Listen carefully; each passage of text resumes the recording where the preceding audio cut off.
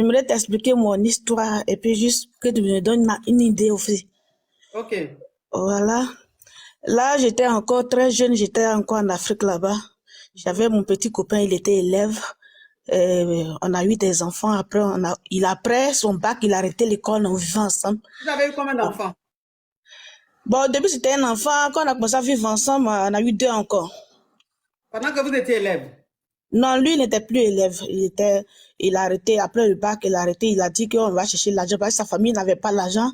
Et il va chercher l'argent ensemble. Il va passer les concours pour travailler. Donc, il dit, OK, il n'y a pas de problème. Tellement que je l'aimais aussi, tout ce qu'il demandait, il acceptait. Moi, je faisais la couture seulement. Lui, il dit d'arrêter la couture. Il va acheter frigo devant les jus, tout et tout. Je dois payer la nourriture de la maison. Il fait économie pour pouvoir passer concours. Il dit, OK, il n'y a pas de problème. Donc, j'ai arrêté tout pour lui. On faisait tout ensemble. Et après, quand il a commencé à passer concours, bon, il s'est dit que peut-être concours il allait déjà marcher. Moi, j'étais enceinte de mon petit garçon, le dernier là. Il m'a dit d'aller rester chez sa maman à San Pedro. Sa maman à San Pedro, j'ai dit, mais j'ai un mois de grossesse, tu veux que je passe chez ta maman? Si c'est ça, bon, si tu vois qu'on n'a pas de moyens, on peut se débarrasser pour le moment. Là, moi aussi, je peux rester chercher à travailler pour qu'on s'aide. Il dit non, il veut pas. Il a insisté, il dit OK. Donc, on est resté, je suis partie en famille, je suis restée chez mon grand frère Abidjan. Je vendais, je me promenais à Epougon, je vendais les habits dans les petits coins pour pouvoir s'occuper de la grossesse jusqu'à ce que j'accouche. Je suis retournée chez lui. Avant de partir, mes affaires étaient dans la maison. Il a trouvé la maison. Il a tout arrangé, mes affaires cachées, comme s'il n'y avait même pas femme qui habitait dans la maison. Il dit, mais quand il est de retour, il dit, mais pourquoi tu as arrangé mes affaires comme ça? Il dit, non, et comme tu n'es pas là, c'est pourquoi. Il y a autant où il m'a dit d'aller chez sa maman là, il venait avec des femmes dans la maison où lui et moi on habitait. Donc j'avais laissé les deux enfants chez sa maman là-bas. Donc je suis venue avec le bébé là. Il était avec lui là. Un jour, il est là, il était en voyage, il m'a appelé que je suis devenue musulman maintenant. Pourtant, quand on s'est connus, moi, mes parents sont des catholiques. Il m'a dit que lui, il est à l'église évangélique. Si il veut qu'il me marie, il faut que je parte dans son église. À cause de lui, je suis partie à l'église là-bas, on m'a baptisé. Donc nous deux, on s'est baptisés là-bas, on devait se marier. Tellement que moi aussi, j'étais fan de lui. Tout ce qu'il me demandait, je faisais. Après, il me dit, il est devenu musulman. Ah, mais pourquoi pas tu m'amènes à l'église, après tu deviens musulman? Moi, je ne comprends pas. Au moins, si tu es connu, tu étais musulman, là, il n'y a pas de problème. Quand tu connais un homme, il est déjà musulman, c'est que tu as accepté d'accepter sa religion. Cet homme est accepté, mais tu connais un homme qui est chrétien. Un coup, il dit, je suis devenu musulman. Ça, là, on va faire comment? Parce que moi, il ne peut pas quitter dans l'église, là, parler derrière toi encore. Ça, il ne peut pas. Il dit, non, si tu ne veux pas me suivre, c'est que toi... Attends, ma chérie, attends, je vais récapituler, comme ça, on va évoluer ensemble. C'est-à-dire que tu as connu ton petit ami, vous étiez à l'école hein, quand tu l'as connu, et lui, il était un peu plus grand, donc il a commencé à travailler. Toi, tu étais en classe de seconde, vous avez eu un enfant. Donc, quand vous avez eu l'enfant, oh, Emma 0131, thank you, joyeux Noël, oh mon Dieu, oh, c'est beau ça, le truc de Noël là, j'adore, joyeux Noël, thank you Emma, thank you so much, you are a beautiful girl. Ok, donc ça veut dire que quand tu étais en classe de seconde, quand lui, il est rentré dans la vie active, il a voulu que vous vivez ensemble. Oui, Donc, oui. vous avez vécu ensemble, alors que vous avez déjà eu un enfant. Quand vous avez commencé à vivre ensemble, vous avez eu deux autres enfants. Oui, oui. Ça fait 3 enfants. Oui, Et oui. toi, quand tu l'as connu, tu étais chrétienne, tu étais musulmane. Non, chrétienne. Moi, Tu j'étais étais chrétienne. chrétienne. Donc, lui, t'a dit de devenir musulmane. Non, non, il était chrétien aussi dans l'église évangélique. Moi, Ok, j'étais... lui aussi, il était chrétien, toi, tu étais chrétienne. Oui, il m'a dit 3 d'aller dans enfants. son église. Vous avez Pour eu qu'on se 3 marie. enfants. Après, il Oui, t'a dit d'aller vivre chez sa maman. oui, oui. Tu allais vivre chez sa maman avec les 3 enfants. Oui, Et oui. pendant que tu étais chez sa maman, le mec, lui seul, il était chez lui là-bas. Et un jour, maintenant, tu es rentré dans ton foyer, tu vas, tous tes habits, tout ce qui t'appartenait, c'est-à-dire que tout ce qui t'appartenait là, il a tout rangé, il a mis ça quelque part. Oui, oui. Car quand tu étais chez sa maman avec les 3 enfants là, il faisait défiler les femmes chez lui. Ça veut dire qu'il a fait croire aux femmes que lui, il est célibataire. Oui, oui. Maintenant, Parce que il m'a dit que si je ne vais pas chez sa maman, c'est que moi, je ne l'ai pas respecté. Parce que lui, il a besoin de faire économie pour pouvoir passer ce concours parce qu'il avait son bac. ok. Il dit, Donc, il t'a dit, Il t'a dit d'aller chez sa maman parce qu'il voulait économiser pour passer un diplôme pour pouvoir évoluer dans son travail. Oui, oui. Toi, quand tu es rentré maintenant, que tu as constaté que toutes tes affaires étaient rangées quelque part, et que tu lui as dit, mais pourquoi est-ce que je rentre, je n'ai plus mes affaires, tu as rangé toutes mes affaires, tu as enlevé tout dans la maison et tout. Il t'a dit que lui, maintenant, lui, il est devenu musulman. Oui, oui. Il a changé de religion, il est devenu musulman. Oui, oui, oui. Autant encore chez sa maman là-bas, il y avait mes petites, les petites vivaient avec nous. Ah, il peut dire que les élèves que moi j'aidais quand ils venaient à l'école, je leur donnais souvent à manger. Donc les élèves, il y a un qui m'a appelé pour dire, ah, tanti, tonton est en train de faire sortir une uniforme de mariage. Il dit, comment ça, uniforme de mariage? J'ai dit ça à ses parents ne me croyaient pas. Sa maman pensait que je suis trop jalouse. Moi, j'ai accusé son fils. Donc moi, j'ai dit, mais je l'ai appelé, je lui ai demandé, il dit, c'est faux. Donc moi, directement, quand j'ai perdu ma tante, je suis rentrée au village. Mon village, et puis là où il est, c'est pas loin. Donc je suis rentrée à Imblekro chez moi. Et je suis arrivée chez moi à la maison, j'ai trouvé que tous mes affaires sont arrangées. Et il m'a dit, il est devenu musulman. Si moi je veux qu'il me marie aussi, il faut que je prie aussi. Il dit, non, tu peux pas m'amener à l'église, on va nous baptiser ensemble, et puis tu vas devenir musulman, pour que je suis encore ça, je peux pas accepter. Et il a dit, si je n'accepte pas, c'est qu'on va se séparer. Donc il y avait une maman. Attends, donc quand le voisin t'a appelé pour dire que ton mari est en train de faire uniforme ici pour faire mariage là, donc il a marié une musulmane? Il avait fait sortir une femme là, mais il n'avait pas encore marié d'abord. Donc je lui demande, il dit c'est faux, que moi j'aime écouter les ondits, que moi je suis trop jalouse. Il m'accusait, sa famille aussi disait que non, moi je suis trop jalouse, moi je mentais. Donc c'était resté comme ça, j'ai laissé tomber. Autant c'est mon petit que je lui donnais à manger tous les jours à la maison là, tu m'as dit ça. Moi je sais que le petit ne peut pas mentir. Oui. Donc finalement j'ai laissé tomber. Et je suis restée là, j'allais expliquer à une maman pour dire que, ah voilà ce que le monsieur me propose maintenant. La maman même m'a dit, moi je suis musulmane.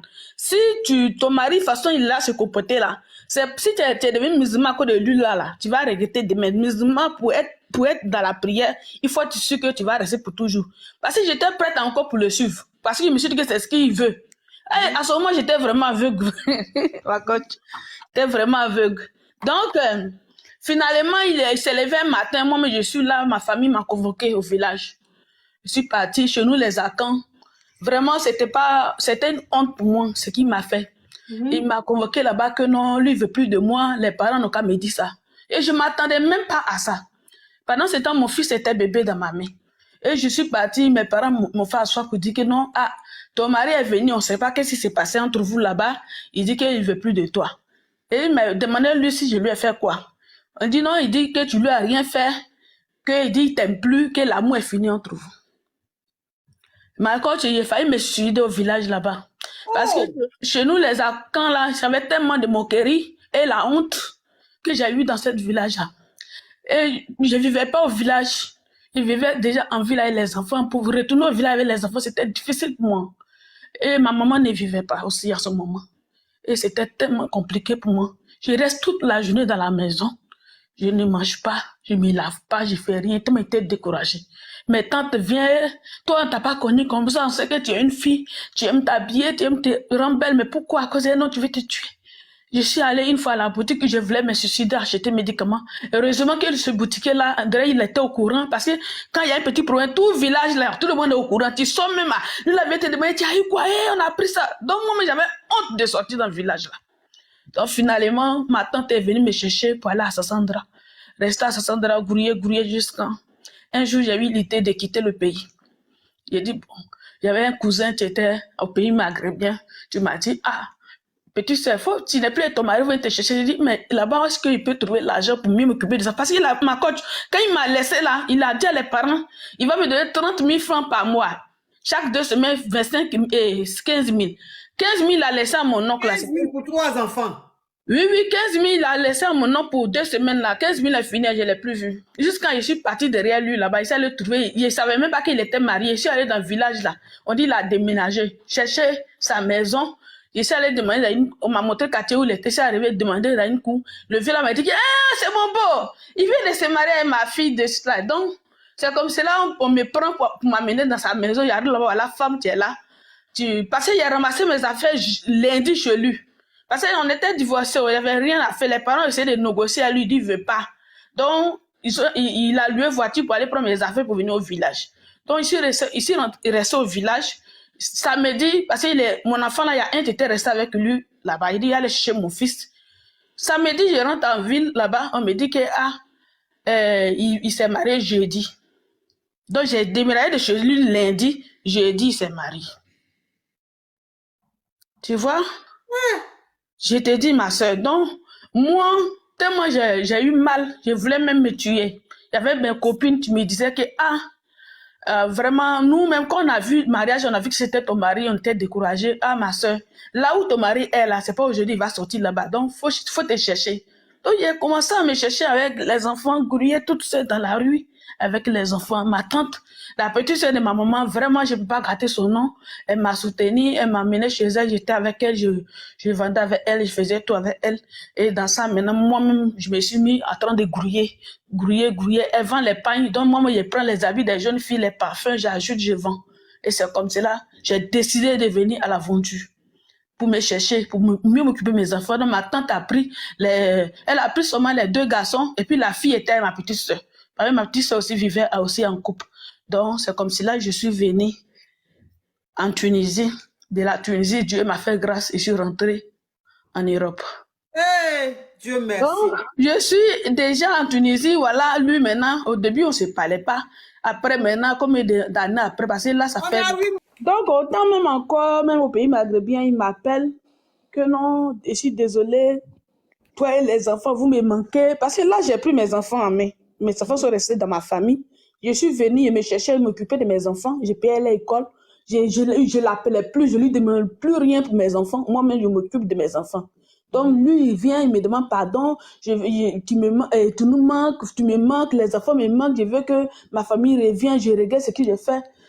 Bon, après, au début, je me suis dit, bon, pourquoi même faire parler avec lui pendant que moi-même, je m'occupe de mes enfants, il m'en fout de lui. Il dit, non, je n'ai pas de problème avec toi, mais retournez avec toi, mon frère, je suis désolé, il ne peut pas. Donc, Dieu merci, je suis rentrée en Europe et puis il est là souvent, il voit ma photo sur son profil Facebook. Moi, je ne comprends rien sur son profil WhatsApp. Je l'ai appelé, elle a dit non, ne fais pas ça, tu vis avec une femme là-bas. Tu m'as laissé, tu allais prendre une femme bonne coin. Et c'est pas quelle chose. Elle va me faire du mal. Donc, oublie-moi, s'il te plaît. Mais ma coach, j'ai un problème actuellement. Je n'arrive pas à aimer un homme. C'est très difficile pour moi. C'est très, très difficile pour moi. Et c'est ça même, cette question-là même qui fait que je t'appelle aujourd'hui. Depuis que je suis quittée dans ça, je n'ai jamais expliqué ma vie à qui que ce soit. C'est resté dans mon cœur comme cela. Mais quand je suis avec un homme, je commence... Attends, ma caviar. Donc, je vais continuer à récapituler pour que les caviars puissent bien comprendre.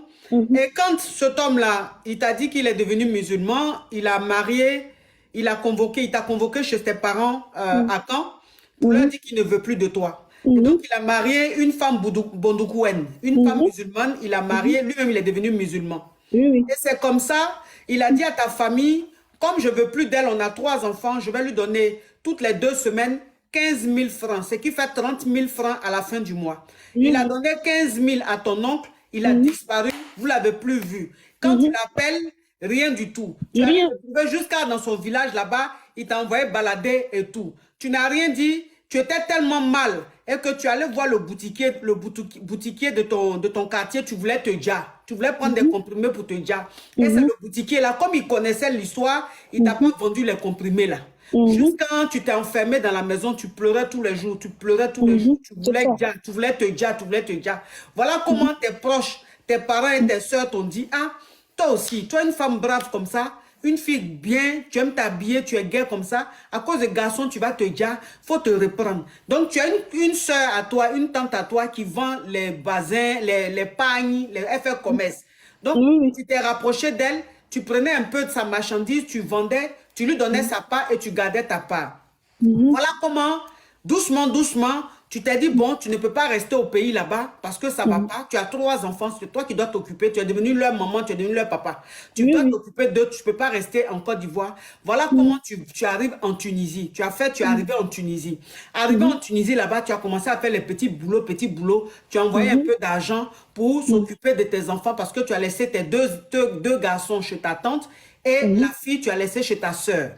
Et de la Tunisie, tu as grouillé, tu as fait coupement, tu es arrivé en Europe. Voilà, tu as fait Beaux-Arts, tu es arrivé en Europe. Oui, c'est Après, ça. en Europe, quand tu étais en Tunisie, quand il a appris que tu étais en Tunisie, il est rentré en contact avec toi, il a commencé à te demander pardon, qu'il regrette et tout. Quand tu es arrivé ici en Europe, qu'il a appris ça, il t'a demandé pardon, qu'il ne sait pas ce qui lui est arrivé, que lui-même, il ne s'est pas contrôlé, il a envie de récupérer sa femme, il a envie de récupérer ses enfants, qu'il t'aime, il faut lui pardonner et tout.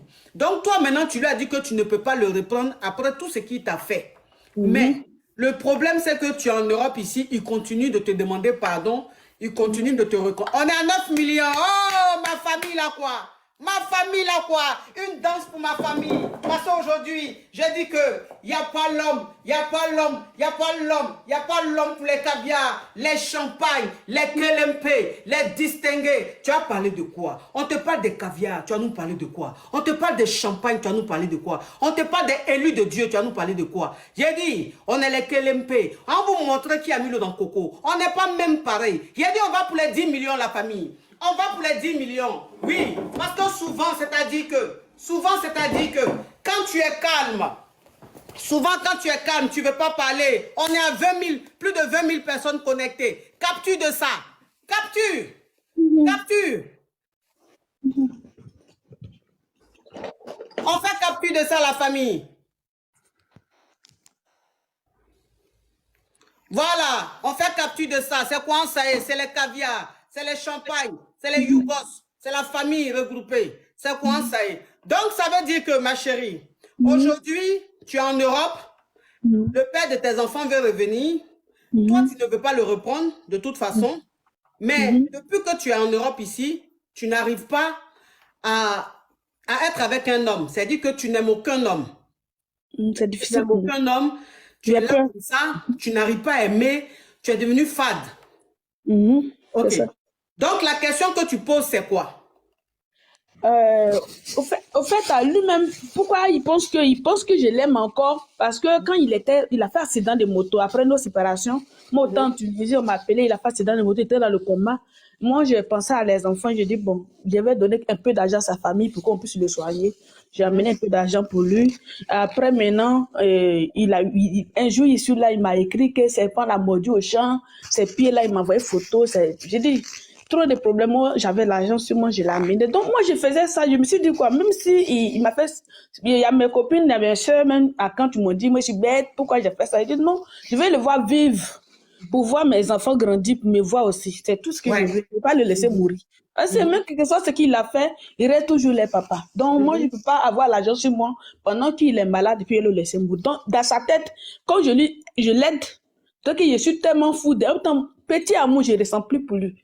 C'est seulement dit, c'est la haine encore qui est toujours dans mon cœur. Ce qui fait que même quand je commence à tomber amoureuse, je me retire un peu. La personne commence à m'énerver. Je me suis dit, bon, qu'est-ce pour que la personne m'aime aussi en retour? J'ai peur. Et c'est ça le problème. Je ne sais pas qu'est-ce que je vais faire pour oublier ça et puis annuler ça dans mon cœur, pour que je puisse me retrouver un jour, vraiment. Alors, en tout cas, je suis très, très, très touchée par ton histoire et ça, c'est une leçon de vie. C'est une leçon de vie. Tu es une femme à féliciter. Tu t'es battue. Tu t'es pas laissé faire.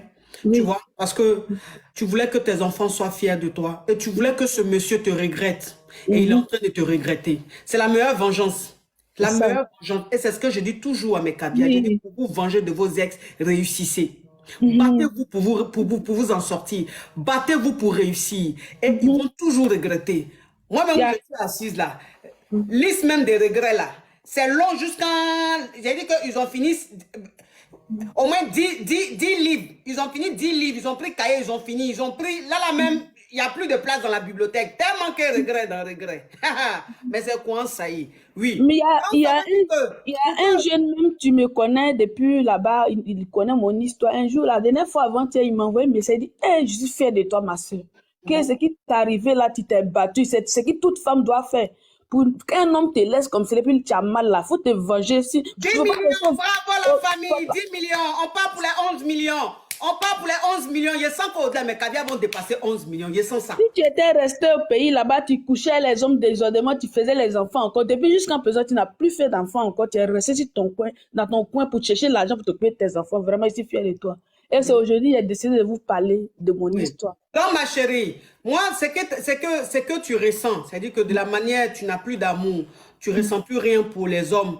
C'est normal, tu es déçu. C'est le choc émotionnel. En fait, quand ton mari t'a laissé pour prendre une autre femme, tu as eu un choc émotionnel. Oui. Le choc émotionnel, chaque personne a sa façon d'éliminer ça. Il y a des gens, leur choc émotionnel, ça peut durer 10 ans. Il y en a, ça peut durer 1 an. Et il y en a, ça peut durer 5 ans. Que ça fait 8 ans. Voilà, toi, ça fait 8 ans. Et que chaque personne a sa façon d'éliminer son choc émotionnel ou de faire partie de son choc. Toi, il est très lent. Il est très lent parce que en fait, ce monsieur-là, il fait partie de ton souvenir. Parce que c'est quelqu'un, il t'a connu dans ta jeunesse. Tu vois, tu as grandi avec lui. Ce qui fait que le choc émotionnel, c'est très difficile à partir et ça fait que tu es dégoûté des hommes. Bien sûr, c'est ça. Ce que je vais te dire, ma chérie, c'est que celui-là, déjà même, toi-même, tu sais que tu ne dois pas le reprendre. Non, tu ne peux pas. Voilà, il ne faut même plus le reprendre. Et là même encore, tu es très gentil. Parce que malgré ça, il est tombé malade, tu lui as envoyé de l'argent pour se soigner. Et tu as fait ça pour tes enfants. Tu as fait ça pour qu'ils vivent, pour qu'ils te voient évoluer. Tu comprends un peu le truc, ma chérie? Moi, je te dis maintenant, tu sais, tous les hommes ne sont pas pareils. Tous les hommes ne sont pas pareils. Tu vois? Celui-là, il t'a fait ça. Mais tu peux tomber sur... Tu vois pas qu'il y a quelqu'un qui entend parler sur TikTok? Donc, celui-là t'a fait ça. Tu peux tomber sur un autre homme qui va bien te traiter, qui va te respecter. Tu comprends? Donc, ma chérie, s'il te plaît, ouvre ton cœur, permets à une autre personne de rentrer dans ta vie. Parce que tu ne peux pas rester comme ça. Tu ne peux pas rester comme ça. Tu as trop souffert dans ta vie. Tu as besoin d'être heureuse. Je sais que tu es déjà heureuse parce que la vie même, la façon de te battre et l'amour de tes enfants, ça te rend heureux, c'est vrai. Mais je veux que ce bonheur soit vraiment complet. C'est-à-dire que tu es épanoui, mais tu n'es pas épanoui de façon complète. Donc, permets à ce qu'un homme rentre dans ta vie pour te montrer ce que c'est que l'amour. L'autre, là, c'était un Yougos. Maintenant, là, tu vas tomber sur un vrai garçon, vrai homme, qui va te prendre, va te traiter comme une reine, ma chérie. Donc, ouvre ton cœur. Laisse les gens venir vers toi. Laisse les gens venir te draguer. Il faut apprendre à les connaître. Celui qui te plaît dedans, il faut continuer à le connaître, à apprendre à le connaître. Tout doucement, tout doucement. Et puis, peut-être que vous allez vous marier. Tu as besoin de vivre l'amour. Tu n'as jamais vécu l'amour depuis que tu es né. Oui, c'est ça. C'est le Gougandin là qui t'a déviégé. Donc, tu as besoin de vivre l'amour, ma chérie. Voilà, vis l'amour. Dieu t'a béni. On appelle ça une seconde chance. Ce qui t'est arrivé là, Dieu t'a donné une seconde chance. Quand Dieu donne une seconde chance à une personne, cette personne doit vivre l'amour. Il faut croquer l'amour, ma chérie. Il faut vivre ton amour. Le problème, ma coach, comme j'ai des enfants... Tu prends tes enfants, tu vas faire le regroupement familial, ils vont te rejoindre ici en France. Ça, c'est des beignets aux crevettes, c'est vite. Il y a des hommes, quand tu dis que tu as des enfants, moi, je suis encore très jeune parce que j'ai fait les enfants autant encore même mineurs. J'étais encore petite même, je ne connais pas. Donc, avec non, les enfants sont devenus grands. Moi-même, ils me voient petit avec les enfants. Quand je dis à un homme, peut-être il y a des enfants, je me suis dit que l'homme va se dire, bon, comment tu as des enfants? J'aime pas quand un homme me pose la question si mon passé. Donc, du coup, c'est tout ça qui me décourage. Mais c'est pas parce que tu vas dire à un homme que tu as des enfants qu'il est obligé de savoir tout sur ton passé. Tu as des enfants. Est-ce qu'il t'a connu vierge? Tu as le droit d'avoir des enfants, ma chérie. Maintenant, un homme qui vient vers toi, s'il a de bonnes intentions, qui t'aime vraiment, les enfants ne seront pas un problème pour lui. C'est celui qui va venir s'amuser à toi, là, que les enfants vont te déranger. Voilà. Moi, je te dis simplement, il faut ouvrir ton cœur. Si tu ouvres ton cœur, là, celui qui t'aime, là, même avec tes enfants, il va t'accepter. Il va aimer tes enfants, même comme lui-même ses propres enfants. D'accord. Voilà. Tu as compris, ma chérie? En tout cas, bravo à toi. Merci. Je suis très fière de toi. Bravo. Merci beaucoup, ma soeur. Oui. Moi aussi, je suis très fière de toi aussi. Tu es une belle femme. Bisous à toi, ma grande.